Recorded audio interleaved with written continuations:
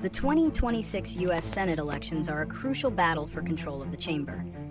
Republicans are starting with a significant advantage, defending fewer seats in states won by the opposing party. However, there are a number of toss-up races that could change the balance of power. The political landscape. The current political climate heavily favors the GOP, with Democrats facing a difficult map. Republicans are defending 20 seats, and Democrats are defending 13. While this might seem like a disadvantage for the GOP, a deeper look reveals that many of the Republican-held seats are in states where the party is very popular. This leaves only a handful of truly vulnerable seats for them to worry about. For the Democrats, however, a few of their incumbents are running in states that have recently been won by Republicans in presidential elections, making them a top target for the GOP. Key battlegrounds. A few states are shaping up to be the main battlegrounds. In North Carolina, the retirement of a Republican incumbent has opened up a seat that Democrats are aggressively trying to flip. The Democratic candidate is a popular former governor, making the race very competitive. Similarly, Democrats are on defense in states like Georgia and Michigan, where their incumbents won by very small margins in the last election. Meanwhile, Republicans are playing defense in a state like Maine, where a popular moderate Republican senator is seeking re-election in a state that has recently trended blue.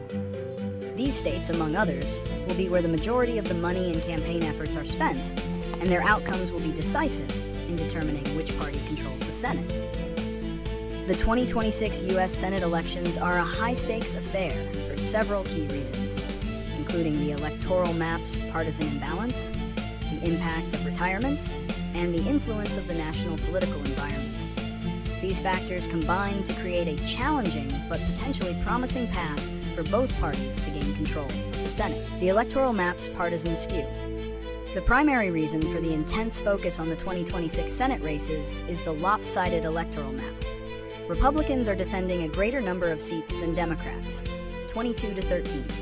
However, many of these Republican-held seats are in states that are reliably red, making them difficult for Democrats to flip. In contrast, Democrats are defending seats in several states that have recently been won by Republicans at the presidential level, such as Georgia and Michigan, making these races highly vulnerable. This dynamic means that while Democrats have more opportunities to challenge incumbents, they also have a difficult time holding on to their own seats. Retirements and open seats. Another key factor is the number of retirements, which creates open seats. When an incumbent senator retires, it often opens up a highly competitive race, as there is no established candidate with a proven track record. This cycle has already seen some notable retirements, which have created prime opportunities for the opposing party. For example, in North Carolina, the retirement of a Republican senator has led to a highly competitive race where a popular former Democratic governor is now a candidate, giving Democrats a strong chance to flip the seat. These open seats are often the most unpredictable and expensive races of the cycle, and their outcomes will be critical in deciding the Senate's balance of power. An early and crowded Democratic primary has several significant consequences, particularly in terms of internal party dynamics and resource allocation. A drawn-out contest can lead to deep divisions as candidates attack one another to gain an edge, potentially alienating parts of the party's base. These rifts can persist even after a nominee is chosen, making it harder to unify the party for the general election. The eventual nominee might emerge from the primary weakened and with a damaged reputation, which can be exploited by the opposition. Another consequence is the diversion of financial resources.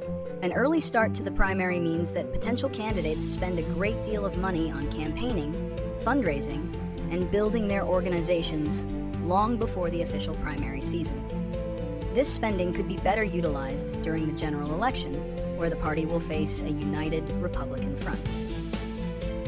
An extended primary also favors well-funded candidates with high name recognition, making it more difficult for new or less established contenders to gain traction. This can stifle new ideas and limit the diversity of voices and perspectives in the party's top ranks.